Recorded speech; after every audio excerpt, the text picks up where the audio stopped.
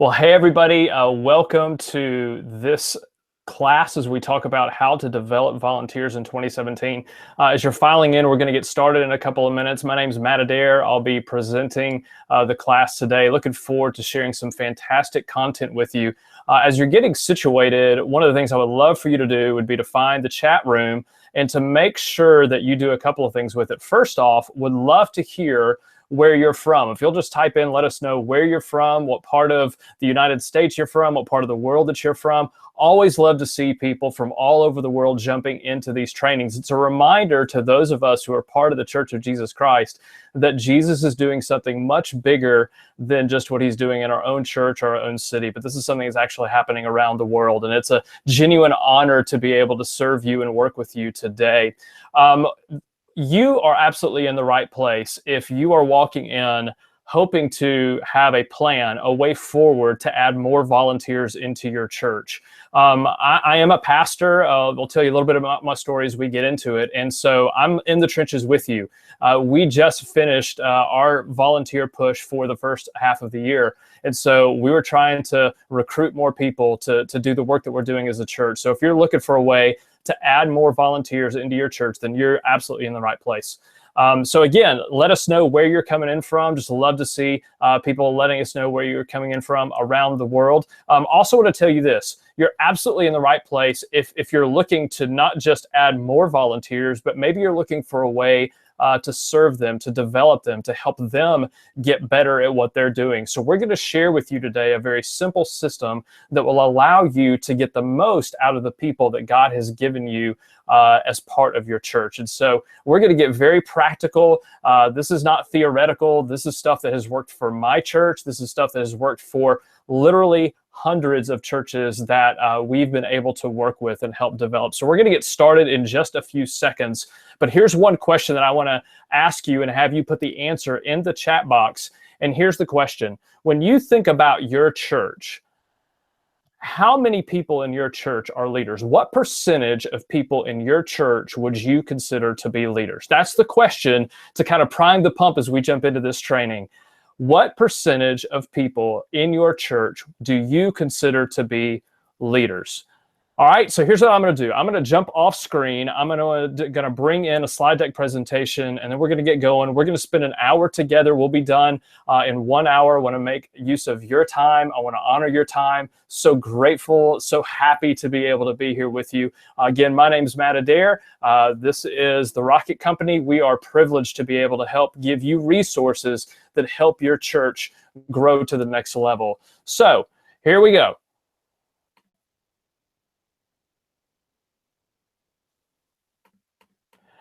Let's talk about how to develop amazing leaders in 2017.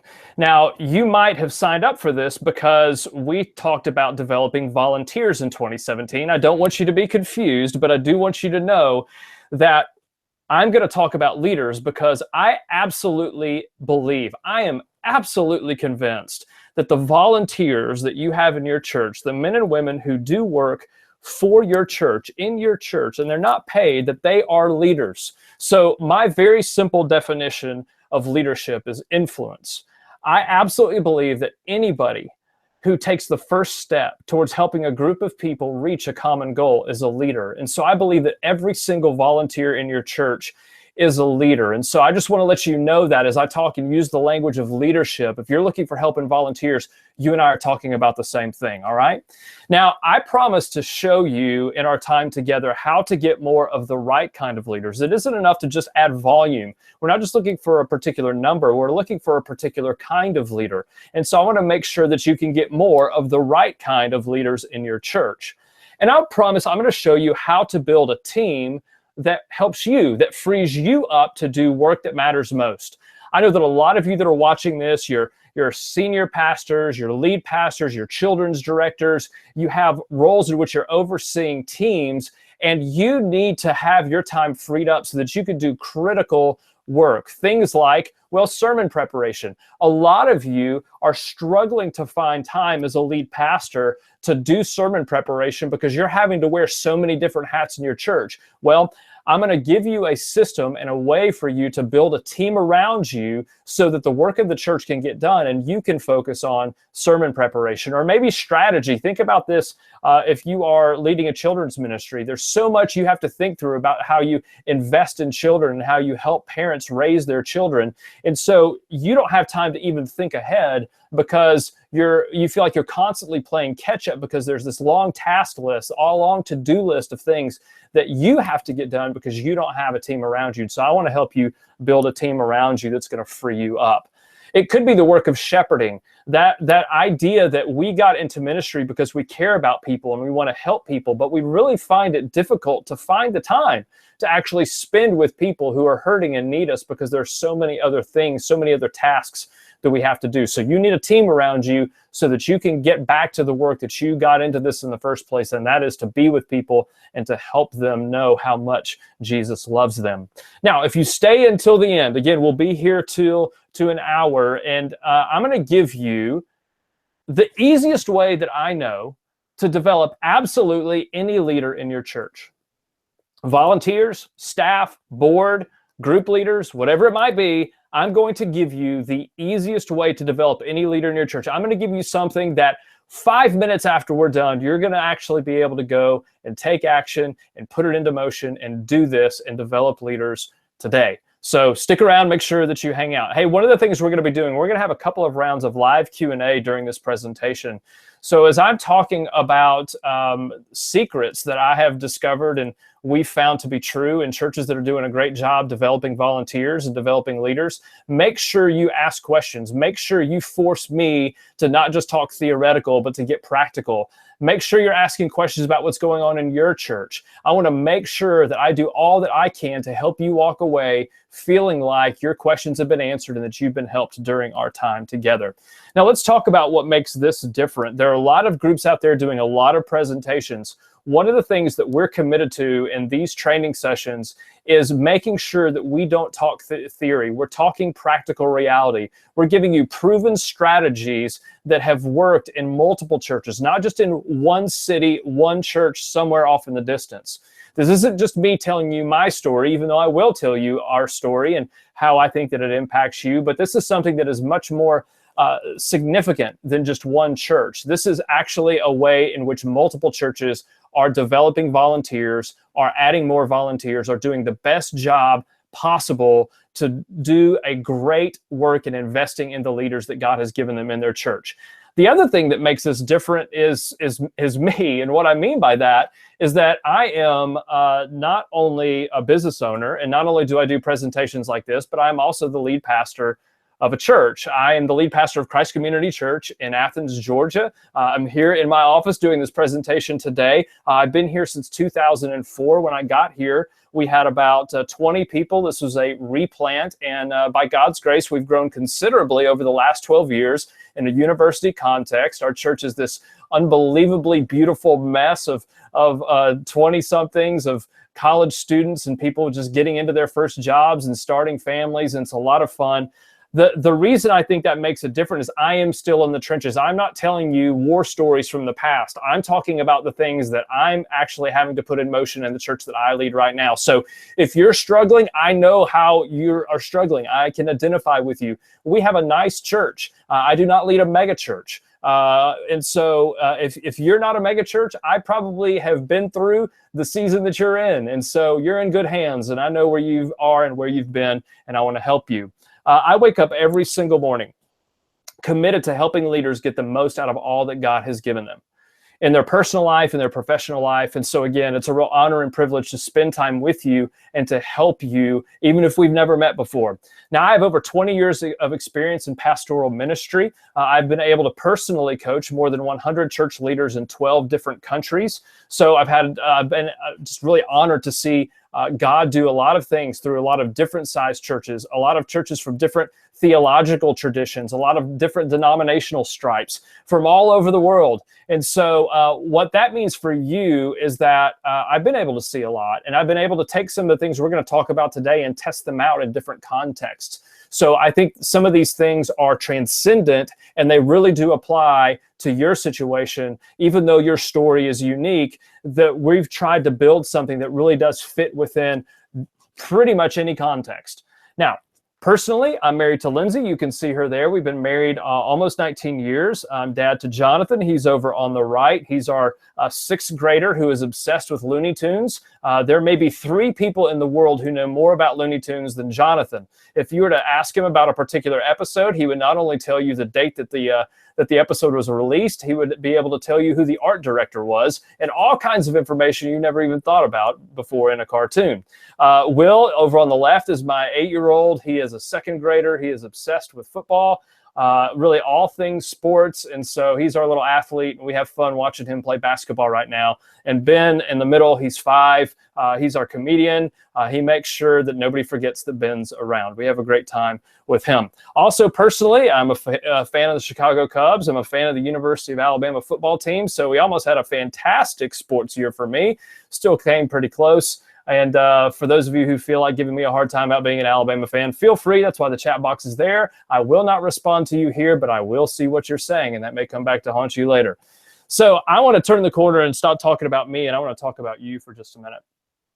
I want you to fast forward to January 25th, 2018. So a year from now, I want you to imagine what your life will be like when you have more of the right kind of leaders and help with the work of the church. I know because, again, when I got here in 2004, and for a good long while, I remember how lonely I felt. I remember how often I felt like I was having to do so much of the work of the church on my own. And I know that's how a lot of you feel. I know some of you are struggling because you feel like you've got enough leaders, but you don't have the leaders that you need right now. So I just want you to imagine, what if a year from now that story changed for you? That the next chapter of your story is a church that had the right kind of leaders, a church where you had help doing the work that God's given you to do. I want you to imagine a year from now what your life will be like when you never have to worry about having enough time to do work that matters most. When you never have to worry about having leaders who are unqualified or untrained. You're not sending the wrong people out to do the work. You're not sending people out who haven't been developed significantly enough, that are unprepared to do the work. But the people that you are putting into the church to lead, to volunteer, to do the work that God's given you to do, they are trained, they are qualified. I want you to imagine if that's your situation, and it never has to change. You never have to go back. I want you to imagine what your life will be like a year from now when you know how to develop leaders. It's not theory. You absolutely know how to do it, even if you're the kind of person who hates systems and structure. And I want you to imagine what your life will be like a year from now when you have more time and you have a better team. And specifically, I want you to think about the kind of difference that will make for you and for your family. If you're married, I have no doubt that there is strain in your marriage because you don't always have the time that you need for your spouse, for your kids, if your kids are at home. And so I want you to imagine what would happen if one of the results of you having a better team around you, of you having identified and developed the right kind of leaders, what if that gave you your evenings back? What if that gave you your weekends back? Think that would make a difference in your family? Yeah, me too.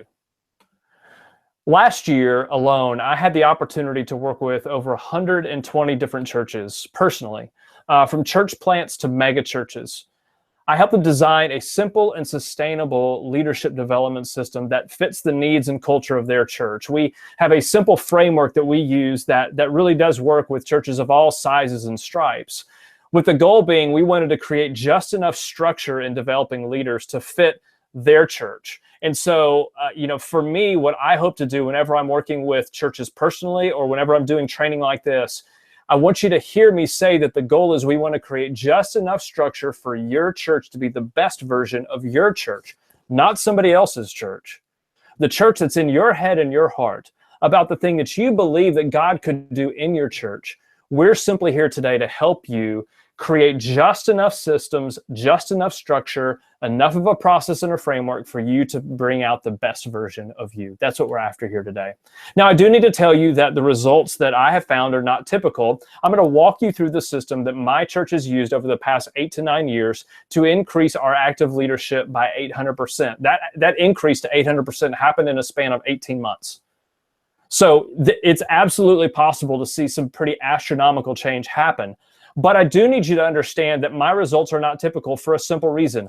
I'm nothing particularly special. I feel like I'm very, very ordinary. But the reason my results aren't typical is because most people that show up in trainings like this, we had over 400 people register today. Most people show up to a training like this and they don't get any results for a very simple reason. Think about what you're doing right now. How many of us are kind of listening to me right now, but also kind of checking out Facebook? We're doing multitasking. We're here to get a little bit more information.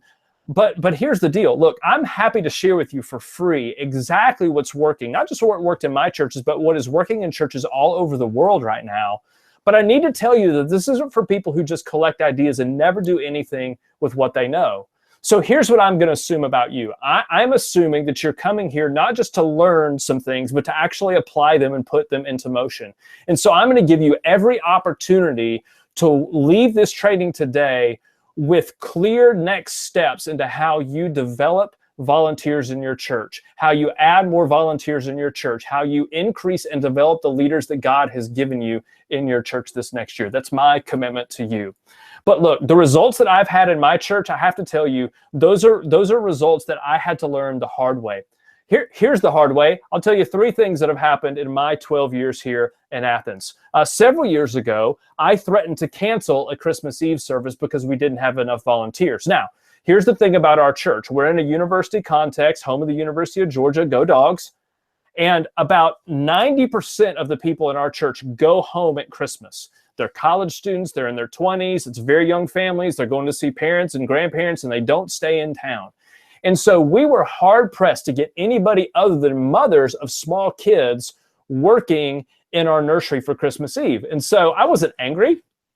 I just felt like it was unacceptable for a mom to have to spend Christmas Eve with her kids every year, year after year after year after year. So I just said, look, y'all, if we don't have somebody step up, then we'll basically cancel Christmas Eve. Now, that didn't go over very well. It wasn't that people got angry with me. They just felt like that isn't the way we do things, and you don't normally talk that way, and we've got to be better than that. But that was the hard way. It was a hard lesson to learn in terms of how you recruit volunteers. The truth is, we didn't get the numbers. Nobody was really inspired to go serve in the nursery on Christmas Eve just because I threatened to cancel the Christmas Eve service. Hard lesson.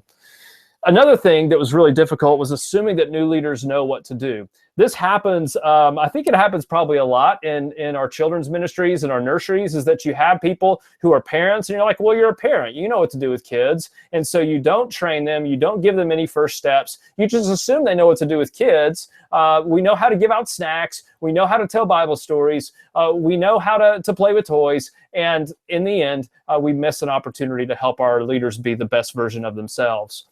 Another thing that's really difficult is trying to do too much to develop leaders. That might be the reason that you're here. You're doing a lot of research. You're doing a lot of work trying to figure out what it takes to develop volunteers. And you have a stack. You have a long list of things you could do. And so I know how often we failed in developing leaders because we were simply trying to do too much. We were doing more than they needed, and we were doing, quite honestly, more than they could possibly handle, all right? So I'm here today to show you the easy way, not the cheap way, not the cut corners way, but the learn from my mistakes kind of way, the learn from the hard lessons I had to learn kind of way. That's what we're going to do here. So here's what we're going to cover while we're spending time together. 3 secrets about how to develop volunteers and how to develop leaders. We're going to talk first off about how to recruit new leaders into your church without resorting to guilt. That sound good? Sounds good to me.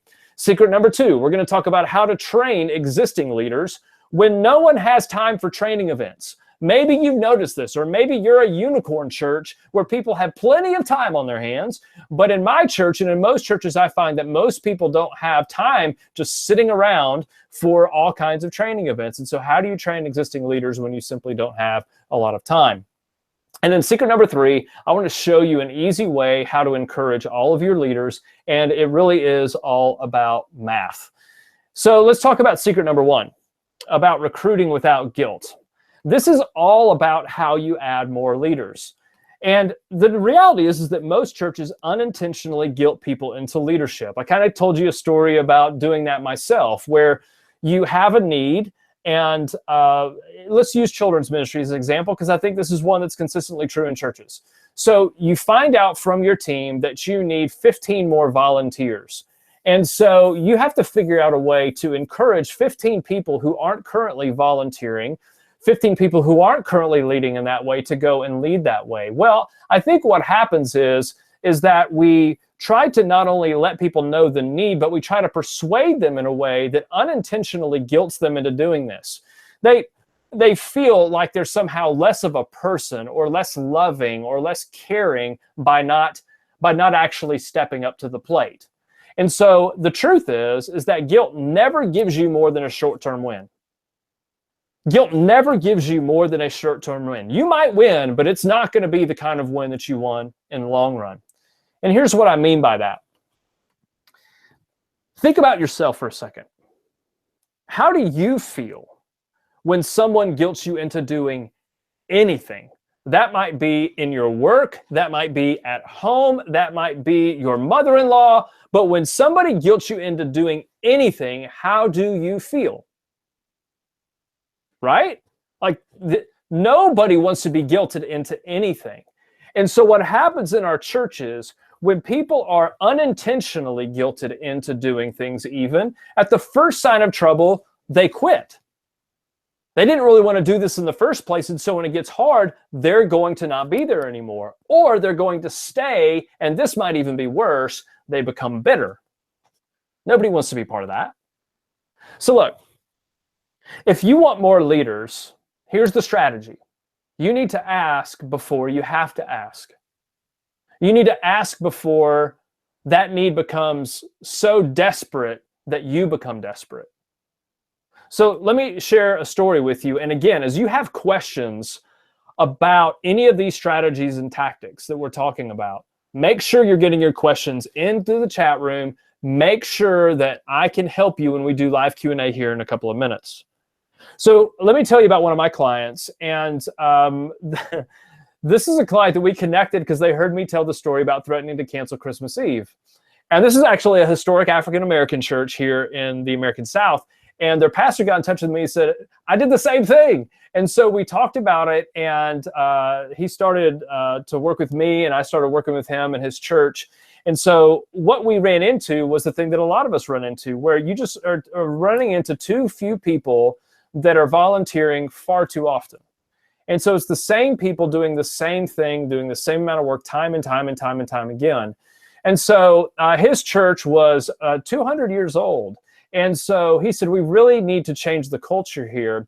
And so when we worked together, we came up with one simple strategy, and that is that a couple times a year, they were going to basically do a good job of collecting all the volunteer needs in their church. They were going to very clearly lay them out in front of the people, and they were going to have a very non-guilt way of just simply presenting the opportunities for people, showing them how it fits within their work together as a church, casting vision for how serving in this way was not only good for them as a volunteer, but the impact that it made on the particular people that they would serve. That one strategy, essentially taking 4 Sundays out of the year, 2 in January and 2 around August. In those 4 Sundays, they made a massive impact. In fact, the first time they did this 2 Sundays in a row, and they doubled the number of volunteers in 1 month. Now, this isn't a church that had no volunteers and then went to 2, okay? They had a good volunteer system. They just didn't have enough. But they were absolutely blown away by the results just by adopting a simple strategy. But what was critical to this was that not only did they double the volunteers in 1 month, their retention rate was astronomically high. Why? Because they did not guilt people into serving. They simply gave them an opportunity. They made a clear ask, and they invited them into the way of life in their church, and it had fantastic results, okay? So again, as you're thinking through, what does it take and what does it look like for us as a church to recruit without guilt? If you're stuck, if you have questions, if I can help you, get that question into the chat box, and we'll talk about it in just a minute. So that's secret number 1, recruiting without guilt. Secret number 2, I call this do less, not more.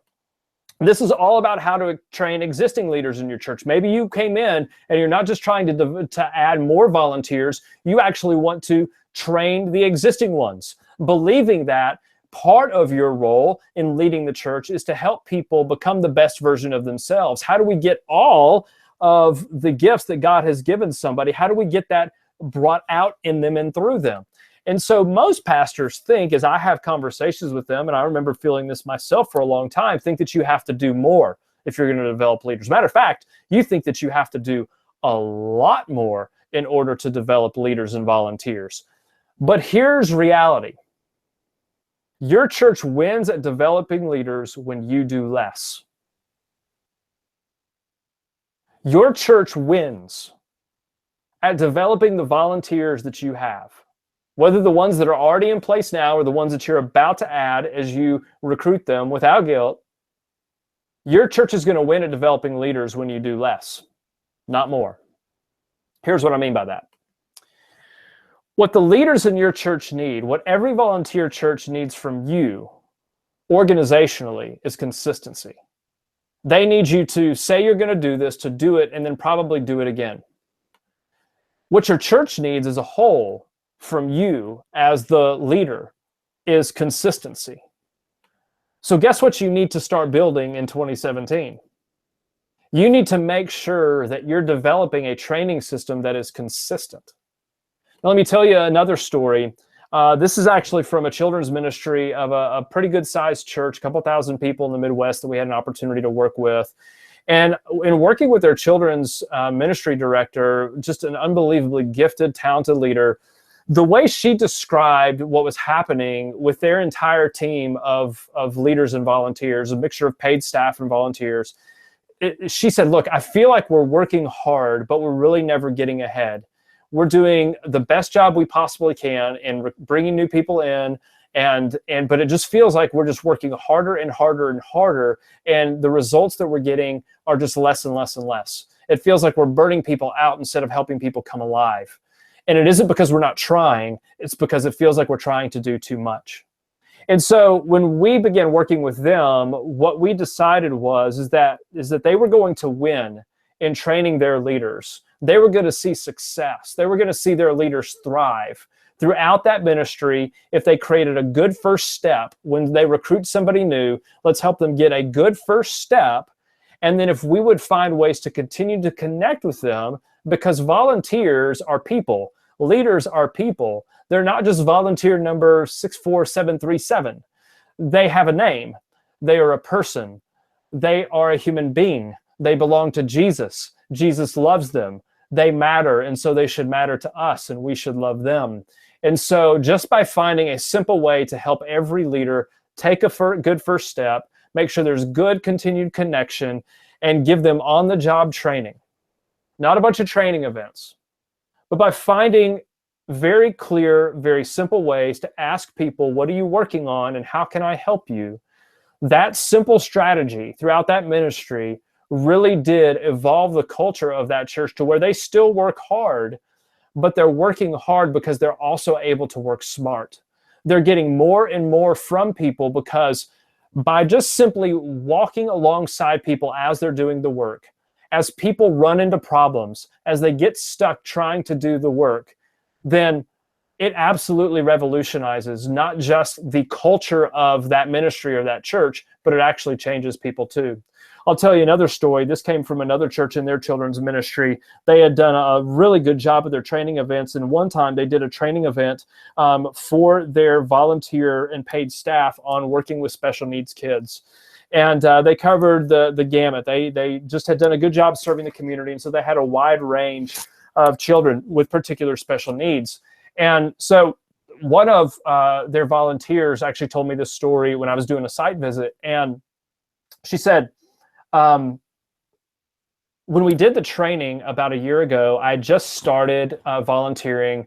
She was her first year out of college, working her first job, didn't have kids, liked kids, but had never really had any experience working with them. And so she showed up at the event and kind of paid attention, but not really. Doing multitasking, trying to listen with one ear and do something else with the other. Well, then she got into the second grade classroom that she was working with, and she met this little boy who is on the autism spectrum. And he loves Star Wars, loves all things Star Wars, knows everything in the world about Star Wars, and also unbelievably hyperactive and unbelievably disruptive. Not a mean kid, just a very energetic kid, and who wanted to do what he wanted to do, the way he wanted to do it, when he wanted to do it. And so I was talking with her, and she said, the light bulb came on for me that I didn't need that training 6 months ago because I hadn't met this little boy. But as soon as I did, I wanted to help him and I wanted to love him, but I didn't know how. And that's when, I went to my supervisor and I asked for help. And she got the help that she needed because that church had adopted this strategy of focusing less on training events and focusing more on the job training. And so when somebody raises a hand and says, I don't know how to do this and I need help, you actually find your people growing more significantly because you're hitting a pinch point and a pain point for them because they're stuck. And so again, that's a very easy strategy to put in motion in terms of very clear and simple, focusing less on training events and more in terms of on-the-job training, okay? Got questions about that, get them into the chat box. But before we do the live Q&A, I want to talk about this third secret, and that is giving more than you take. Giving more than you take. This is all about how to keep leaders for the long haul. Some of you know very well that most churches get leaders in for a little while. You get volunteers for a year or two and then they're gone. They're not with you for a long period of time. And I think part of the reason is because pastors and church leaders sometimes, again, I will say unintentionally, take more than they give. We're consistently asking people to help us out. But what kind of value are we actually adding to the people that we work with? There's the idea that I don't believe every relationship's 50-50. I think the goal for us as leaders and pastors is for the relationship to be at least 51 and 49, and we want to be the 51, not the 49. I think the key to long-term leadership in your church is giving more than you take. Is giving more than you take. Now, again, that isn't going to surprise you. We have heard that all of our lives. So I need to talk about what I mean by that. Every single leader in your church wants to be encouraged. You want to be encouraged. Odds are you're not encouraged enough. And the reason I can say that is because I've never met a leader who has been encouraged too much. So think about your volunteers. Think about all the leaders in your church. Too many churches assume that leaders know that they matter. Don't you think that happens to you? Don't you think that part of the reason that you're not being thanked more often is because people just assume that you know how much they care about you, but you don't always feel that, do you? Do you think your volunteers would be any different? Do you think your staff would be any different? Do you think your group leaders would be any different? No. When you and I make assumptions about what other people need, we miss opportunities to serve and love them well. So I'll tell you one more case study. This is from another client that we were able to work with. And again, I said this is math, and I kind of told you the equation already, that the goal in our relationship with our volunteers is not 50-50. It's absolutely 51-49. That if you want to get ahead and stay ahead with the men and women who serve and volunteer in your church, then you make sure that you're giving more than you're taking.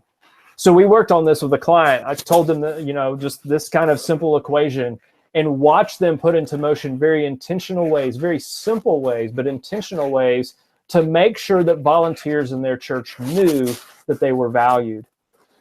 They began paying attention to what people were doing. And so what you saw in that church was a series of handwritten notes being shared from leader down to volunteer, from pastor sometimes all the way down to volunteer. That wasn't just, hey, thank you for serving. It was, thank you so much for taking time last Sunday to get down on one knee and get eyeball to eyeball with that little boy. I have no doubt that that makes a big difference in his life. And that showed me as a parent that you care about our kids. Thank you for doing that. They started paying attention to what people were doing. And they started to say thank you for the particular ways in which people were going and serving well. And what they found is that little thing went a long way. They found that in conversations and evaluations with their volunteers, they would hear stories about how meaningful that was to them to have somebody pay attention and notice what they were doing. Little things like that do make a difference, y'all. And so when you think about how you keep leaders for the long haul, it could be as simple as a handwritten note talking about something particular that somebody did that makes the difference between them rolling off of being a volunteer and staying in the game with you and continuing to serve King Jesus as you do the work of the church. So it's a pretty big deal. It's a very simple deal. It all comes back to execution, all right? So Here's where we want to take those questions that you're getting in, and we want to answer them, all right? So we're going to take a few minutes. I'm going to invite Haley to come in and ask the questions that you have for me. We're going to take some time. I'm going to dig in the dirt here with you and try to help you any way that I can, all right? Haley, why don't you come on in and let's see what questions that we have. Hey, Matt. Yeah, we've gotten some great questions, and you guys feel free to keep sending those in. The first one is, have you seen these strategies work well across different cultures? I have. I would say that even in what we're sharing here in some of these stories, I want to make sure that even though I'm in a particular context, because I've been able to work in different contexts, what I always say is most of these are pretty sound. I mean, recruiting without guilt isn't a cultural strategy. How that plays out could be different. What sounds like guilt in one place may not actually be guilt in another place. But the principle still holds. The same thing with encouraging leaders. I think that that's one in which I don't know any culture in which somebody doesn't want to be encouraged. How you do that might be different in different places. But I think, don't miss tactics here for the overall principle. So maybe in your culture, handwritten notes isn't a thing. It wouldn't even be valued. But find the thing that would be valued as a way to say thank you in particular ways for what people do. Awesome. Well, this is from Sean. He wants to know, have you seen these strategies work well in multi-site churches? And if so, do you find that it's more effective at a single campus level or from the central leadership level? Well, I think it depends. So we have seen kind of a central team in multi-site context grab this type of idea and run with it. And really have a very clear system and way that they're going to develop leaders and volunteers across all campuses. And sometimes we work with particular ministries. We've worked with music ministries. We've worked with children's ministries, student ministries, campus ministries, worked with a finance ministry in a very large church to help them put some of these things in place. So the answer would be yes, we've seen it work in multiple contexts. One of the reasons I do this personally, and one of the reasons I like working with people is because we're still trying to find the particular place where it doesn't work, so that when somebody asks me this question, I can go, no, it doesn't work here. But to this point, the strategy is simple enough to where you can adopt it at a church of any size and even adopt it into a single ministry. And I still think you'll find success. Great. Well, Jeremy wants to know, what do you do when you show up to a ministry and there's already a need for volunteers there? You play the long game. I know how difficult that might be to just want to go, hey, we got to do this right now.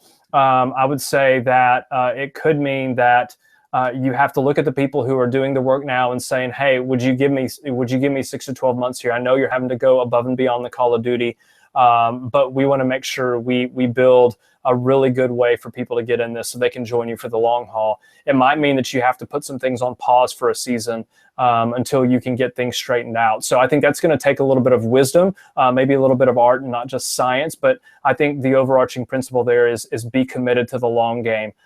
Yes, you might be disadvantaged in the short run, but I think you're trying to see what's going to happen 18 months, 3 years, 5 years, 15 years from now.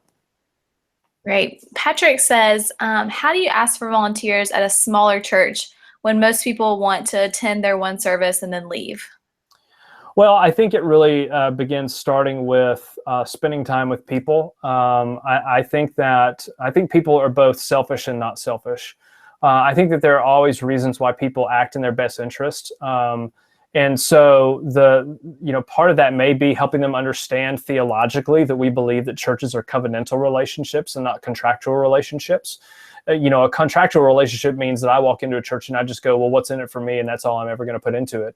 A covenantal relationship really does say that whatever it is that God's given me, then I'm committed to using that for the sake of this group of people in this particular church. And so it might mean that you just have to take the time to help them see what's in the Bible, grow in their conviction that it's true, and then give them clear action steps to change their behavior. And so again, it's a little bit of a long game here. That's the process of change that I see in the scriptures. Somebody sees something that's true, they grow in their conviction of it, and then they make decisions in that. That usually isn't something that happens in 1 hour. And so sometimes it takes them a while to see it. And then maybe sometimes it takes time for them to know that it's true, but it takes them a while believe it's true. And then sometimes it takes it a while for them to kind of get it just out of their head and their heart, but actually into their life. So I think that I would be patient with them. I would assume that they have real reasons for acting the way that they do. And so if you'll spend time with them and continue to put the scriptures in front of them and show them the vision of God for serving one another, then that's going to give you the best shot forward without devolving into something you don't want to be, which would be too heavy-handed, too desperate, resorting to guilt, things like that. Great. Well, we'll do a couple more here, and then we'll also have another Q&A in a few more minutes. But Jenny asked, how do you actually ask for the volunteers? Do you find that it's best to do this from stage? Do you have them sign up in like a common area? What do you recommend? So I'll tell you the way that we do it, and I think it's a pretty simple way, is again, what we do, and again, we've got a church, 300, 400 people. What we're going to do is we're going to take 2 Sundays, and we're going to make sure that this does get announced from the stage, but we're going to have every single one of those needs that are printed on, a sheet of paper, on a 3x5 card, whatever it is, however many there are, where there's a clear explanation of what we're asking for. And make it simple, don't make it elaborate, but make sure it's clear. And then we're going to take time during that gathering, maybe in the middle or at the end of the gathering, depending on what the rhythm of your liturgy is. And we're just going to ask people to go ahead and sign up for information. Okay, I think this is critical. You're not asking them to sign up for the job. You're asking them to express interest in that role. And so we do that on one Sunday. We make sure in our kind of communication throughout the week, social media, newsletter, it's in there as well. We come back to it again the following Sunday, and then we're done. And we see what kind of results that we get. And I would say most of the time, we get over 80% of those requests filled, sometimes more than that, usually not less. And so that simple 2 Sunday strategy with some communication in the middle works very, very well. What I find is critical are 2 things. One, clear descriptions of what you're asking them to do, and simply inviting them to sign up for the opportunity. Thanks, Matt. Well, we'll do one more for now. And this is from Joseph. He asked, can you give us more practical ideas of what you meant when you said give more than you take? What are some other things that you've seen work? Yeah, I mean, I just think there's a great principle out there that says, do for one person what you would do for all. I mean, that's as little, that's as easy as, $5, $10, $25 gift cards to people. That's, volunteer of the week on your social media page. Use Facebook, use Instagram, and have a volunteer of the week.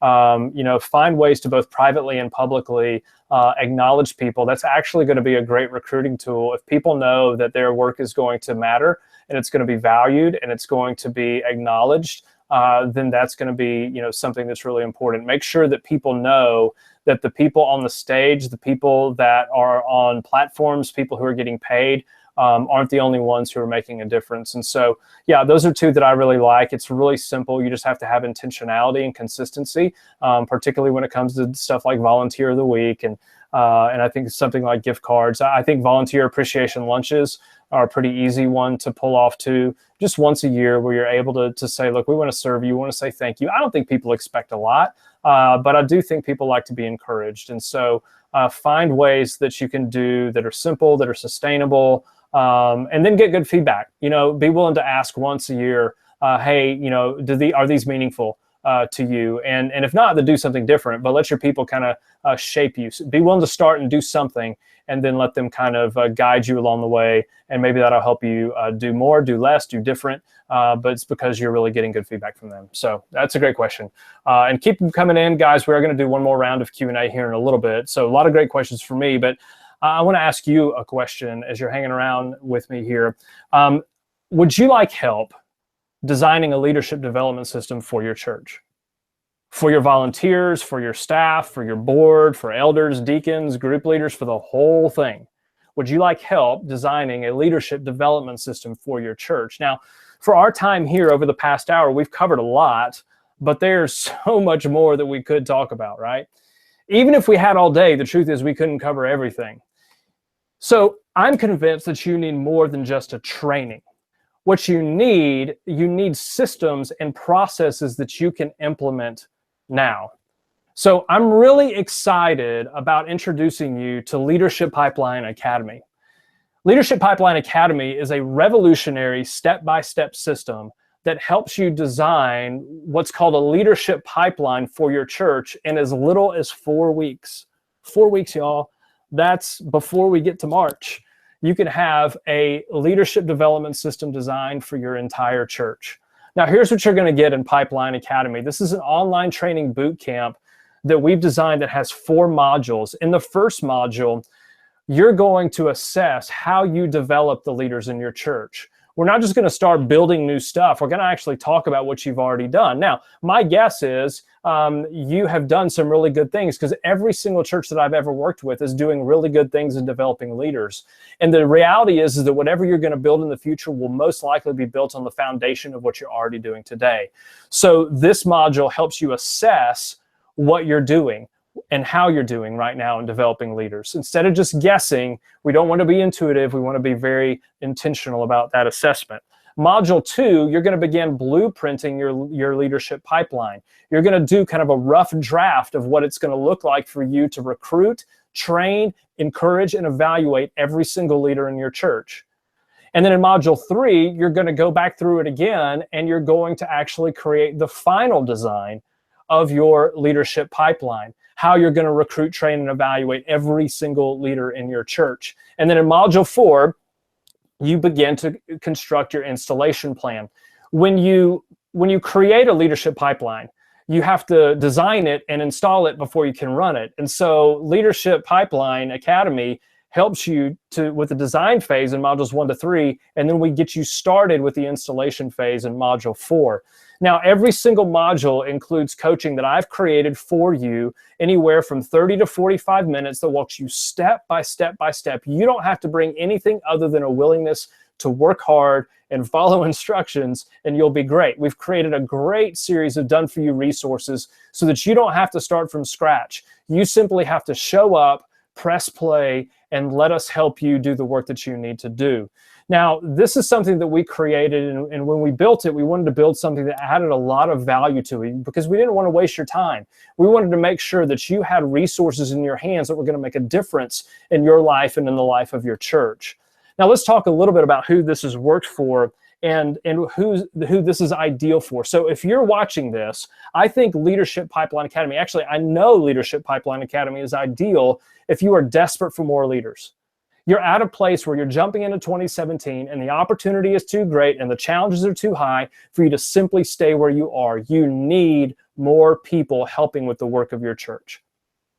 It's ideal if you want to make sure you have the right kind of leaders, because it's not gonna be enough to just have a bunch of just any kind of leader. You need the right kind of leaders. And so Pipeline Academy is perfect for you if you're trying to make sure that you're developing people in the right way, the way you want them to be developed, the way that's going to get them involved and get the most out of them for the glory of God and the good of your church and the good of your city. If you need a long-term solution for developing every leader in your church, something that's going to last you 5 years, 10 years, 20 years, then Pipeline Academy is ideal, because it's a simple framework and structure that you put your culture, your DNA, your ideals, your values into it. And it's just a simple, elegant system that fits into who you are and what you want to do. Now, this is a note that we got from Dr. Jeff Robinson. He's an alumni of Pipeline Academy. And he said, look, Pipeline Academy gives you the rationale, the process, and the steps to develop a leadership pipeline for your church. You will have a plan and a structure to raise up leaders who are prayed for, cared for, equipped, and encouraged. Now, Dr. Robinson has a pretty good-sized church, but again, this is something that we've seen from church plants that are just getting started all the way up to mega churches. Our largest client that we've worked with has over 5,000 people coming every week. We've done this with people all around the world. And again, what you're going to get in Pipeline Academy, in that first module, you're going to assess, here's how we develop leaders right now. In modules 2 and 3, you begin to think for the future. You begin to design your leadership pipeline and the blueprint for that. And then in module 4, we turn the corner and we give you a very step-by-step way to go from your design and how you begin to install it in such a way that you can get from theory, get off of your whiteboard, and make it real. And again, that includes step-by-step coaching, done-for-you resources that we've created something I think that is immensely valuable for you and will make a difference in your church. We also wanted to throw in a couple of bonuses because we wanted to sweeten the pot and make sure that you take action on this. The first bonus is this. We have a private Facebook group that we've created so that you can have ongoing support after you're done in the boot camp. This is something that has a number of churches that are involved in it, a lot of churches that have gone from the design phase, they are installing, they have installed their pipeline, and now they're running it. So you can learn from each other. You can share resources with one another. And so I love this and want to give this opportunity to you. And we're going to give this to the first 15 people who sign up for Pipeline Academy today. Again, we had over 400 people register for this. We wanted to encourage you, if you're ready to go, we want to encourage you to get started. I think the idea of having ongoing support is an immensely valuable reason to jump in right now, because you're not just going to have somebody to help you get started. You're going to have a group of churches that are going to be with you for the long haul. Second bonus we wanted to throw in is this. Rocket Company has a fantastic volunteer development system. And I think this is a perfect complement for the leadership pipeline as a whole. You're going to then have the volunteer development system to really optimize what you've designed in your pipeline. So you design the pipeline for your entire church, paid staff, everybody involved. And then for your volunteers, you take the resources from the volunteer development system and you use that to really bring things to life and to optimize everything that you're doing. And this is a bonus that we're going to make available for the first 8 people to jump in. So I would encourage you to jump in now. If you need more leaders in your church, if you need better leaders in your church, then I encourage you to jump in right now. So that means here's what you're going to get. You're going to get the 4 modules that we talked about in the Pipeline Academy Bootcamp.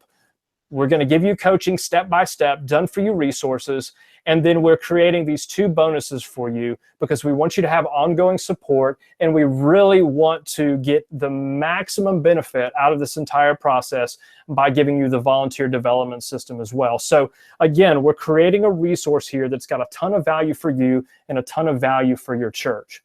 Now I want you to take a moment and I want you to think about this. If all Pipeline Academy did was to clarify what you need to do right now in developing leaders, would it be worth the investment? This might be the 25th thing that you've looked at in terms of developing leaders. You've read books, you've been to conferences, you've listened to podcasts, you've done all kinds of trainings. If Pipeline Academy would just basically keep you from feeling overwhelmed, waiting for the magic formula, if this basically clarified and told you this is what you do right now, would it be worth the investment of time and money that you would put into it? If all Pipeline Academy did was to create momentum in your church that would lead to more leaders and lead to a better church, would it be worth the time that you would spend in the boot camp, on the Facebook page? If all Pipeline Academy did was to produce results that you could be proud of, would that be worth your commitment to this program? As you're thinking about that, I want to see what questions you have. What are the questions you have about our presentation? Questions that you have about Pipeline Academy, the system itself. Would love to dive into that. So Haley's going to come back in. We'll answer a couple more questions here. Hey, Matt. Bill wants to know, how much time does it take to actually go through the Leadership Pipeline Academy? So the coaching sessions are no more than 45 minutes at a time. And so what I would say is it's 45 minutes of training with me, and then there's clear action steps in each one. We leave you with very clear, when you're done watching this, go do this, this, this, and this. And what we find is it takes a couple of hours after the session. Nobody has time to take another part-time job, and so we designed it to not have to be that. We do encourage people and say, hey, this is a great place to kind of focus and go get after it. You are going to slowly begin bringing other people in, and so that will involve some meetings here. So I would say on average, you've got a 45-minute coaching session and then 1 to 3 hours of work after that coaching session to put everything in that session into motion. Great. Well, Lauren wants to know, other than thanking the volunteers, what are some other important ways to keep people in for the long haul? Well, I think one of the things is even coming in and just going, hey, we're asking you to serve for a year or 3 years. I think timelines, I think giving people an opportunity to not feel like they have committed to forever, that can be really helpful. That can let them know that they're valuable. I think particularly the higher up you are in the organization, the more valuable it is for you to be in the hall, and your willingness to just stop and say hello and ask people how they're doing and to genuinely care about them. Those are the kind of things that you can get away with. In terms of things that are kind of programmatic and stuff like that, I would say, if you're looking for a way to do this in your context, is go find the person in your church who is the best at honoring, celebrating, making people feel special. Let them know what you're trying to do and ask them to help you. Ask them for their ideas. Let them know who you're trying to help, and then let them bring that out of you, particularly if you're not naturally wired to be somebody who celebrates wins very well. Some of us just are like, hey, we were responsible, we did good work, now let's go on to the next thing. So that's one of the best things that I love to do in our context, is find the people in our church who are great at celebrating wins and go, hey, help us to make this better. And I've never seen a situation where we don't when we involve them. All right, this is from Carl, and he wants to know, what do you look for in a person who you plan to train as a leader? I think especially when they're volunteers, I think just a willingness to help. I think a little bit of it depends on what role you're asking them to serve. It's one of the things we talk about in Pipeline Academy, is the difference between different levels of leadership. And so, in the end, my hope for anybody who's a volunteer is that they have some sense of self-awareness, that they're responsible, they have kind of a predisposition to get things done, and that they are resilient. But at the beginning, we want to develop that in them. If I was to expect that of them at the front end, well, that's going to weed some people out. But there are some roles that are volunteer roles in your church that have such a breadth of responsibility that you can't just ask anybody in there. And so in Pipeline Academy, we actually give you a framework for determining what kind of qualifications need to be in place for a particular role. And so that's probably my best answer, is it depends on the role and what kind of competencies need to be in place in order for somebody to thrive. Great. Well, David and N want to know, can you unpack a little bit more what you meant when you said do less and not more? Yeah, I think in terms of, some churches are having, monthly training events for their leaders, and it's train, and learn. And there's, whether it's theological development or competency development, skills development, all this kind of stuff. And I think what we're just finding is that people don't have a lot of time on their hands. And I think if they were going to be honest, they're not necessarily looking for you to do that. I think we tend to create a lot of activity for our leaders because we think that they have to do this and be that in order to lead well. And so I would say start simple, do something that's sustainable, get good feedback from people, and let them tell you what you need to add. What more do they need? Do they need more theological training? Do they need more practical training? Let them tell you that they need that. So I'm a huge advocate for a couple of training events a year to start off, and really focusing more on a good rhythm and system of doing kind of on-the-job, just-in-time training. And I'll actually tell you about that in just a minute when you stick around to the end. It's part of our easy way to develop leaders. Thanks, Matt. Well, we've got one more from Mitchell, and he said, when can you actually start the Leadership Pipeline Academy? It's a good question. Well, why don't we go ahead and talk about this? You can see why churches pay me more than $10,000 to design and install and help them run their leadership pipelines. And you can see why this is a good deal for the general public. We usually sell Pipeline Academy for just around $1,000. But we want to do something for you today because you're sticking around with us on this webinar and in this training. And so you can get started right now for just $297. That's it for the whole thing. For $297, you can sign up today at getmorevolunteers.com. You can go there right now. You can get on the page. You'll see more information about the program. You'll see other questions that people have asked about it. Pretty comprehensive page for you to get information. But you can sign up and start today. Literally, you can start designing your leadership pipeline in the next hour. And so I would encourage you to do that, all right? Now, if you're still wondering about whether this is a good thing for you, let me try to sweeten the pot one more time here. I'm going to give you a third bonus, and that's this. I will personally evaluate your leadership pipeline design. For the first 5 people who sign up, I'm going to personally, when you're done designing it, you're going to send it to me, and then we're going to jump on the phone, we're going to jump on Skype, and I'm going to walk you through. Here's what I see that you're doing well. Here's some ideas to make it better. So this is going to allow you to work hard and then take my expertise and to be able to come alongside of you and make it even better. This is the single best way for you to optimize your experience with Pipeline Academy. So I want to encourage you to do this if you're still thinking about it. Again, here's what you're going to get. You're going to get all 4 modules of Pipeline Academy, all 4 modules of the boot camp with the coaching and the done-for-you resources. You'll get ongoing support through the Facebook group.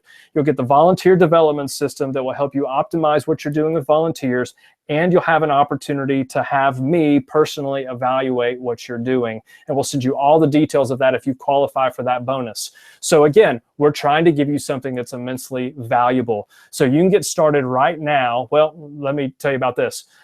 We created an easy payment option for you. If you are in a situation where it works better for you, then you can pay in 4 monthly installments of $97. You can pay $97 today, 3 additional monthly installments if that works better for you. So for only $97 today, you can jump in and get access to all of Pipeline Academy and get started, all right? So the thing that I want to make sure that you know about this is that we created these 2 options for you for a very simple reason. You can either do the $297 best value option or the cash-friendly option for payments of $97 by going to getmorevolunteers.com, because we are absolutely committed to helping you and your church get the most out of all that God has given you, okay?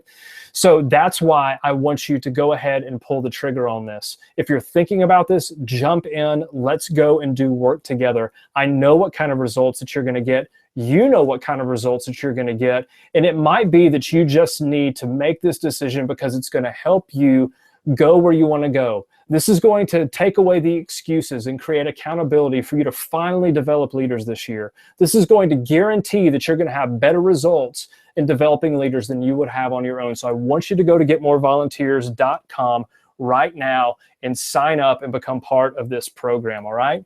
Now, you stuck around, and so I'm going to give you the single easiest way to develop any leader in your church. And when we're done, after you've signed up for the program, you can go do this with a volunteer, with a staff member, with anybody in your church. And it's really, really simple. Just ask these 2 questions regularly. Make this a regular part of your routine in interacting with any leader in your church. The first question is, how are you? Ask them that question. Not how are you doing? They're not an automaton. Not what are you working on yet? Ask them, how are you? And listen. Let people know that you value them for who they are, not just what they do.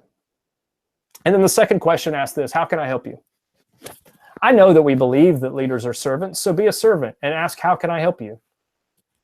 Now, you might not always get life-changing answers, but my guess is that you might find ways in which people are stuck and need your help.